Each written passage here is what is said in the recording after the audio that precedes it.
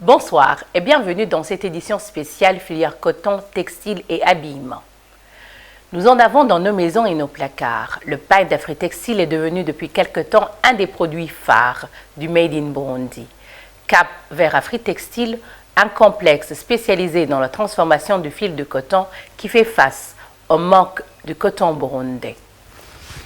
Bienvenue au cœur de l'industrie textile burundais, un reportage signé Donat Nuivugire, Claude Iraharira, Nestor Biguhiriwe. Le Gitenge de Kotebu, ou Igitenja Kotebu en Kirundi, du nom de la société qui le produisait, était un tissu jadis destiné à nos mères, nos grands-mères, surtout de l'intérieur du pays. Pas n'importe lesquels, mais des pauvres et des non-intellectuels, si je me permets de le dire ainsi. Aujourd'hui, ce fameux tissu est devenu le top modèle. En tenue de fête, il suffit de trouver un styliste au top aussi. Depuis 2010, le complexe textile de Bujumbura qui le produisait a été remplacé par Afritextile. Quelqu'un aurait peut-être soif comme moi de connaître ce fameux complexe et comment ce fameux Gitenge est obtenu à partir d'un simple film de coton. Afritextile est composé de 3 ateliers de production et un atelier de soutien de la production, à savoir l'atelier de filature qui s'occupe de la transformation de la fibre de coton ou polyester en fil de gamme variée. Et l'atelier de tissage qui s'occupe de la transformation du fil en tissu écrit, diversifié en fonction des spécificités du produit final. Le 3e atelier, c'est l'atelier de teinture impression qui s'occupe de l'anoblissement des tissus écrits en produisant des tissus teints ou imprimés destinés aux multiples usages de la population. Enfin, l'atelier de réparation mécanique qui accompagne la production des 3 ateliers par la fourniture de services dont ils ont besoin, ainsi que la dotation à ces derniers des pièces de rechange qu'ils fabriquent ou réparent pour le remplacement de celles défectueuses sur les machines de production. 80% de sa production est faite de tissu à 100% coton. Le reste est fait de mélange coton-polyester pour des uniformes de tout genre, ainsi que des flanelles ou des serviettes. Quels sont ses besoins en coton et d'où vient-il?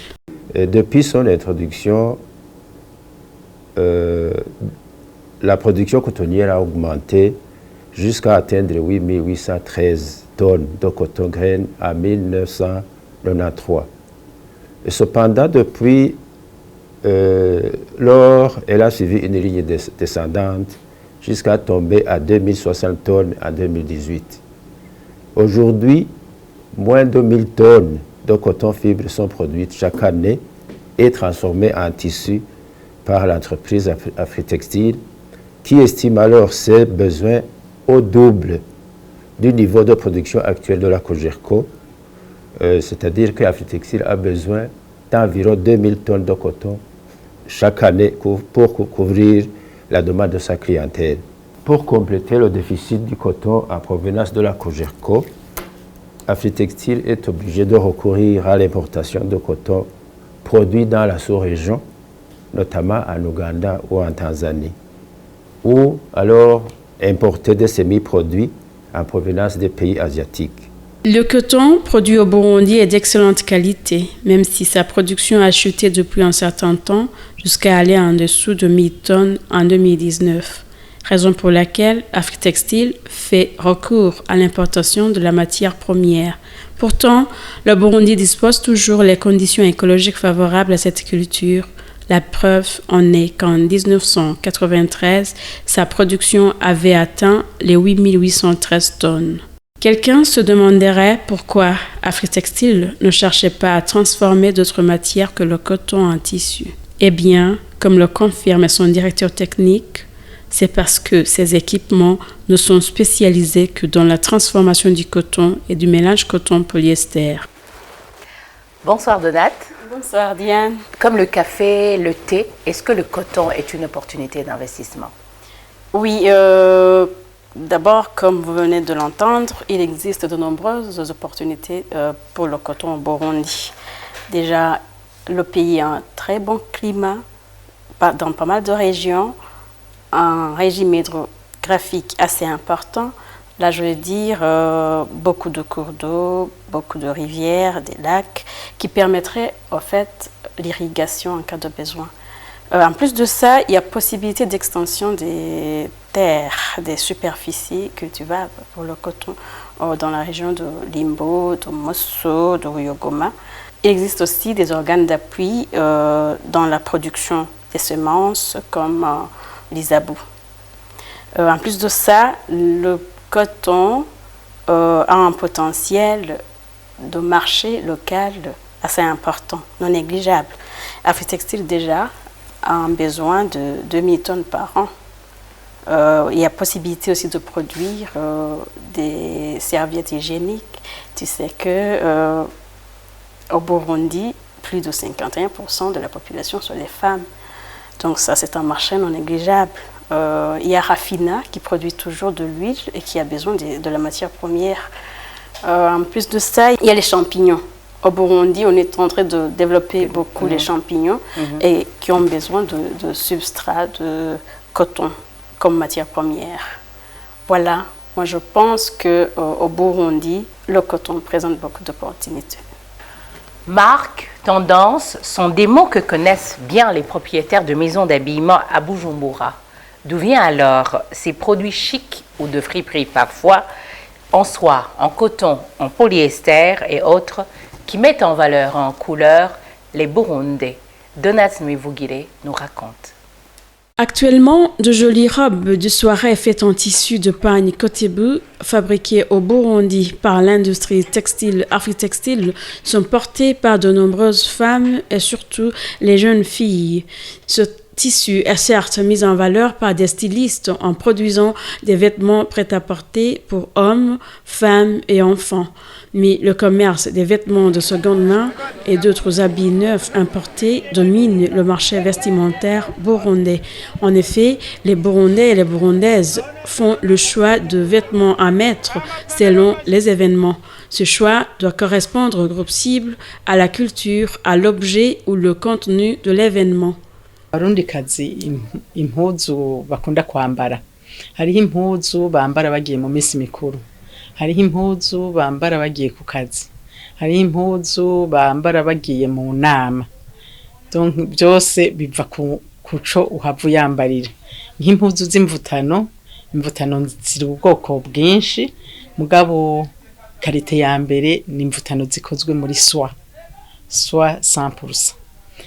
Hakaba rero n'izindi ziba zikozwe muri soie mugabo ivanze. Ces habits coûtent généralement cher parce que pour fixer leur prix dans les magasins burundais, il faut considérer le coût de voyage, de séjour, de transport et les droits de douane. Pour Madame Frida, de Bujumbura à Istanbul est un long voyage. Elle s'exprime aussi sur les difficultés qu'elle rencontre souvent, lesquelles difficultés influencent les prix. Urugendo rutari ruto kubera urabona ngaho i Burundi ntidufise indege ziva ngaha zigenda mu bihugu byose, hari aho rero urinda guca mu kindi gihugu, bivuga rero yuko ufata nk'indege nka 2 cyangwa 3. Nk'ubu maze kuhamenyera ntibikimfata umwanya munini cyane, muganga itangura byanafata umwanya bikamfata nk'indwi 2 kubera Istanbul aho muri Turkiya ni hanini cyane, ni une ville commerciale. Ugenda rero ukabanza kwitegereza ko ntupfa dushika ngo upfe kugura, urabanza ugatembera ukaraba ibiriho, ukaraba ibyo wifuza, hanyuma ugahava ukagura, hanyuma ukabipakiza mu ndege, ugahava ugafata urugendo ukagaruka. Mugabo nk'ubu maze kuhamenyera indwi imwe irankwira. Ingorane ya mbere tugira, urabona iki gihugu gisa n'ikiri enclave, urumva ntidufise accès direct yo kuva ngaha tugashika Turki byoroshe. Ingorane ya kabiri ni ingorane yo kuronka amafaranga y'agaciro, biratugora gose kuronka amafaranga y'agaciro muri banki. Hanyuma hakabaho rero na droit de douane usanga ari nini, bararaba transport rero kwiva kure niko binakuzimba. Urumva rero ivyo biratuma nyene izi mpuzu zacu zizimba. Des industries textiles spécialisées en production de vêtements en matières diversifiées seraient utiles au Burundi parce que leur présence réduirait ses longs voyages, les coûts relatifs et par conséquent les prix. Bonsoir Patrick. Bonsoir Canésien. Oui, quel est le prix d'une chemise ou d'un pantalon sur le marché burundais? Sur le marché burundais, une chemise neuve, je dirais qu'elle s'achète maintenant à 200 000 francs burundais. Mais vous savez qu'il y a aussi des friperies, il y a des prix relativement bas et vous pouvez même trouver une chemise à 5 000 francs bout. Et vous savez qu'il y a aussi des gens maintenant qu'on appelle des connaisseurs dans le langage courant. Ils peuvent vous donner une chemise à un prix relativement moyen. Et pour le pantalon, je dirais que le prix d'un pantalon neuf, un pantalon neuf c'est 150 000 francs bout, mais aussi vous pouvez trouver ces pantalons des friperies, c'est un peu bas aussi, vous pouvez trouver à 10 000 à 15 000 francs bout. Donc ça veut dire qu'on varie de 5 000 à 200 000, de 150 000 à 5 000. À 5 000 également. Exactement. Donc ça veut dire que tout le monde peut trouver son compte en fait, du plus petit au plus grand, peuvent aller sur le marché burundais et trouver un habit. Absolument. Ok, mais maintenant, si le secteur du coton, on parle de la redynamisation du secteur du coton, est-ce qu'il serait possible d'avoir des produits 100% burundais? Je veux dire, est-ce qu'un jour, d'ici une année ou 2 ans, par exemple, sur ce plateau-là, nous pourrions porter une robe, une chemise qui n'est pas du kitenge, mais qui est un produit en fait burundais? Sûrement qu'on peut avoir les habits qui sont typiquement burundais, je dirais le made in Burundi à 100%, mais ça exige certaines conditions. Et ces conditions sont en fait l'implantation des industries capables de produire, par exemple, même les serviettes hygiéniques, comme mon ami, ma collègue Donat l'a dit, mais aussi les couches d'enfants, ça représente un marché potentiel. Vous savez, nous les Burundais, maintenant, nous sommes à peu près 12 millions d'habitants. Et je dirais que si on essaie d'analyser, on peut voir que... Dans les milieux, beaucoup, disons, aisés, beaucoup plus à Bujumbura ou dans les centres urbains. Oui, dans les centres urbains, on peut arriver jusqu'à 5 millions d'habitants et je crois qu'un individu peut s'acheter un habit au moins 2 fois l'année. Et je peux dire aussi que ça ne serait pas seulement pour les serviettes hygiéniques ou les couches d'enfants, mais aussi des habits de différents types. Parce qu'ici, nous sommes habitués à voir seulement le kitenge fabriqué par Afritextile, mais je dirais que les habits, tant d'autres comme les chemises, les pantalons, les culottes, les vestes, et ça peut se faire ici au Burundi. Et si on avait ces industries qui pourraient fabriquer ces habits, je crois qu'ils ont un marché énorme ici. Et pour que cela arrive, ça doit demander la redynamisation du secteur. Mais heureusement, nous avons la stratégie nationale de redynamisation de la filière coton, textile, habillement 2019 plutôt à 2027. Et dans cette stratégie ou dans son plan d'études, on voit on veut qu'à l'horizon de 2027, on pourra produire jusqu'à 5000 tonnes de coton fibre. Et ici, on pourra avoir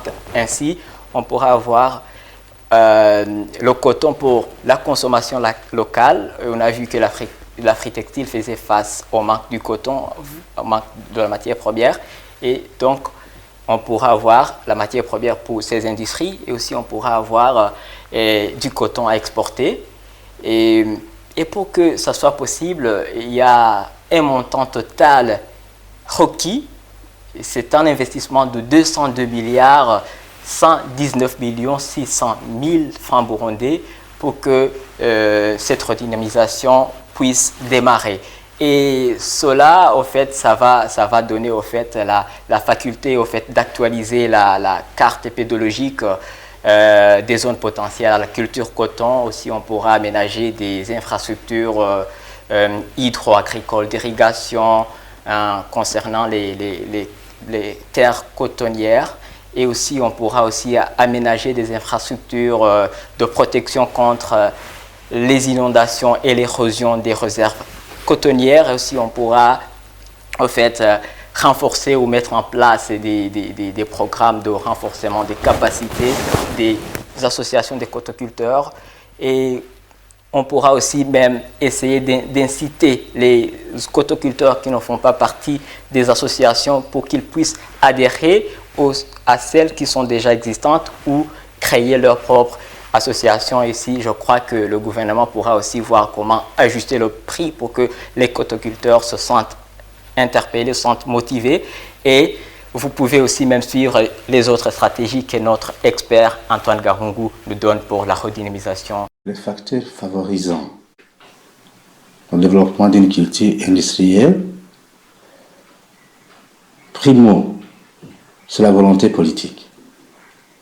Pour toute culture, tout programme, tout projet, ça doit émaner de la volonté politique des dirigeants. Ça, c'est la première chose. La deuxième chose, vous ne vous en doutez pas comme c'est une culture, c'est la volonté des producteurs. Donc, le sommet, c'est politique, le bas, c'est le producteur lui-même. C'est ça les deux principaux facteurs favorisants, parce que ça veut dire finalement les personnes impliquées dans le secteur. Culture du coton. Quels sont les facteurs favorisants ou défavorisants la culture du coton? Il y a l'encadrement, ça devrait suivre pour encourager la culture.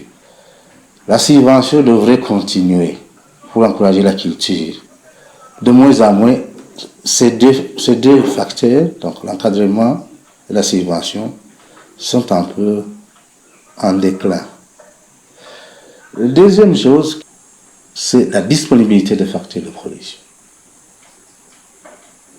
Disponibilité des facteurs de production. La terre, est-ce qu'elle est disponible comme avant? Non. Le facteur de production le plus primordial, c'est la terre. Un autre facteur, c'est les exigences d'une telle culture par rapport à une autre. Si on regarde les coûts de production nécessaires pour le coton et les coûts de production nécessaires pour le haricot, c'est bel et bien très différent. Le coton exige beaucoup de capitaux pour pouvoir le produire, donc d'investissement pour pouvoir le produire. Par conséquent, quand on parle de coûts de production, pensez au revenu alors. Plus les coûts de production augmentent, moins est le revenu. Il faut à tout prix essayer de redynamiser la culture du coton en encourageant le producteur par des mécanismes d'encadrement, mais aussi d'octroyer à ces producteurs qui veulent le faire. C'est ce que d'ailleurs on faisait, les octroyer sous forme de métayage par exemple, sous forme de d'usufruit, sous forme de profiter de la superficie allouée à la culture du coton, qui est une obligation, et laisser les producteurs profiter de la culture en alternance, par exemple, ou en association, et le laisser profiter de la production du haricot, production du maïs, si c'était spécifique. Je crois que si on continue à octroyer les réserves qui sont nombreuses au niveau de la Cogeco, on pourrait augmenter la production. Vous l'aurez compris, plus de 202 milliards de francs burundais, soit 1% du montant prévu pour le plan de développement national du Burundi 2018-2027 sont nécessaires pour la redynamisation du secteur coton. Merci beaucoup Donat. Je vous remercie beaucoup Diane. Merci également Patrick. Tout le plaisir est pour moi. Restez branchés sur bnp-tv.com. Bonne soirée.